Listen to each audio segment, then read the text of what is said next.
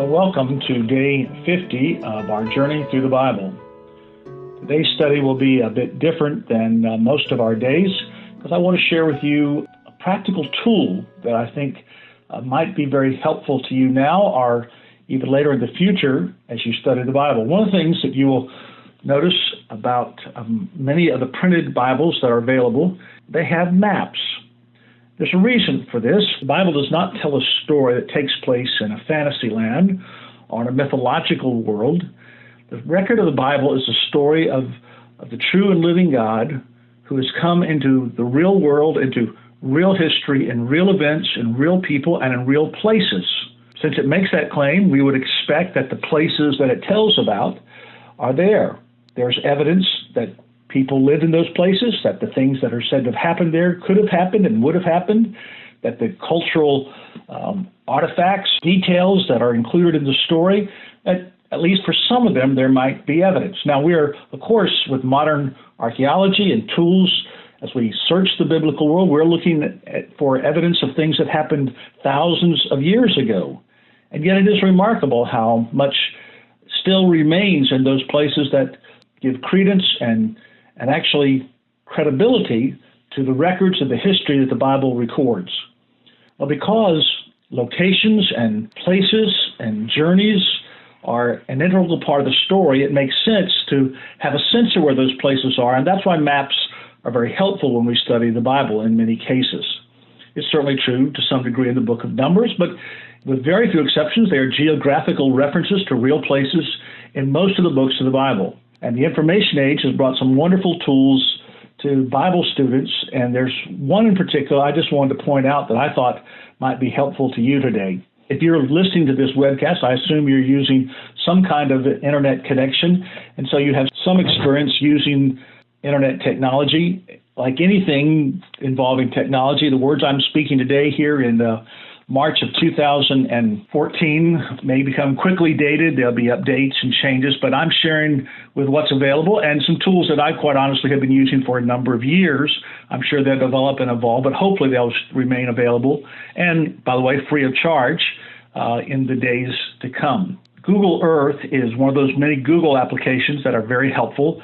I'm not going to try to give you a tutorial on how to use Google Earth. Like a lot of things they've developed, it's very intuitive, and it's a free download from Google. Simply go to Google search, type in the words Google Earth, connect you to sites. Just make sure you stay with the Google things, download Google Earth to your computer, install that program on your machine. Then using Google Earth, that is a wonderful tool for anything related to places on the earth and has lots of interesting features. If you've never messed with Google Earth, of course you would probably want to do that. So let's get to it. The main tool is to go to a web page, which is OpenBible.info. OpenBible.info. Just to walk you through it, you'll need to open your web browser. You notice my web browser, when I open it up, defaults to kingsbaptist.org. I think that's a great page to default to, but whatever your tastes are there. In that address bar, you will, and this, I'm using Google Chrome. You could use Internet Explorer, Firefox, or many other web browsers. You open it, you go to openbible.info. On that web page, there's a number of useful tools there. We're interested in the ones under the Bible geocoding section, and you notice the hyperlink every identifiable place in the Bible. So if you click on that link, every identifiable place, it will take you to the next spot I want you to notice, and where it will say Complete Bible. And if you wanted to, you could simply click on Google Earth. It will ask you to download, and you would download a file. It's a KMZ file that will include everything in this site for all the geographical references covering the entire Bible in one file. I generally use it to go up to the next section, which is under individual books.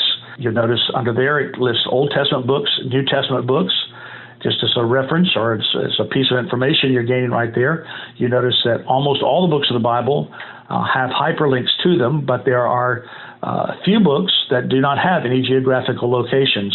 The book of Proverbs in the Old Testament is the one there without any geographical references. Also, you notice the book of Philemon, the book of James, 2 Thessalonians, 1st, 2nd, 3rd John do not have any geographical references in the books themselves, so there's really nothing to be linked there. But everything other book, you simply chose the book, let's say I'm working in Numbers and I'm interested in Numbers 13, which I am this week. So I would click Numbers. You notice it breaks it down by chapter, and then I would click the chapter and download that chapter file. It would give me the file I need just for the books, just for the references of that chapter. Once you download it, you go to where it's downloaded to. You can choose that location on your computer. In Windows case, you would double click it. It would open that. It would cause Google Earth to open, and when it opens, Numbers 13 would be there. You notice that it puts it under temporary places. If you don't see this sidebar that you see on mine, you just go under View and open Sidebar, and you'll see it. You may want to take Numbers 13 and click on it and move it up to your places and save it there where it's not under temporary place. You can still delete and add these as they go. Also note that and if you have any of these references loaded on, the link to OpenBible.info is right there in Google Earth. You can click on that, and you will stay in Google Earth, but we'll take you to the Bible.info website, and you can download right there without even leaving Google Earth other chapters, other books of the Bible as much as you want, and just stay in Google Earth to do all the rest. The point of this is that once you have it, then all the tools you can use in Google Earth to look, to save these images, to use them for teaching, but just for your own personal study is really wonderful. You can zoom in as close as you want to on any of these locations, and obviously you'll be seeing up-to-date views of things taken from satellite imagery, but it will be very telling often about getting a handle on how these things are related to one another. There are overlays on the Bible.info site. For instance, the city of Jerusalem, you can see the older maps that have been used through the years and see those overlaid on the actual geography of present-day Jerusalem. Lots of interesting things that way that you might want to use. The point is to see that these are real places, real locations, and they do have a relationship. There's distances traveled, terrain to be understood, and a lot of that insight that will help this whole story come together can be discovered by looking on maps, and this map is particularly useful for the Bible student. So our scripture today is Numbers chapter 13, beginning with verse 1. The Lord spoke to Moses, saying, "Send men to spy out the land of Canaan, which I'm giving to the people of Israel." So Moses sent them from the wilderness of Paran, according to the command of the Lord, all of them men who are heads of the people of Israel. Verse 17. Moses sent them out to spy out the land of Canaan and said to them, "Go up to the Negev, or go up to the hill country, and see what the land is, whether the people who dwell in it are strong or weak, whether they are few or many." So they went up and spied out the land from the wilderness of Zin to Rehob, near Leboth Hamath. They went up to the Negev and to the Hebron. Hebron was built 7 years before Zon in Egypt. And they came to the valley of Eshcol and cut down from there a branch with a single cluster of grapes. That place was called the valley of Eshcol because of the cluster that the people of Israel cut down from there. At the end of 40 days, they returned from spying out the land, and they told him, "We came to the land which you sent us. It flows with milk and honey, and this is its fruit. The Amalekites dwell in the land of the Negev. The Hittites, the Jebusites, and the Amorites dwell in the hill country. And the Canaanites dwell by the sea and along the Jordan." But Caleb quieted the people before Moses and said, "Let us go up at once and occupy it, for we are well able to overcome it."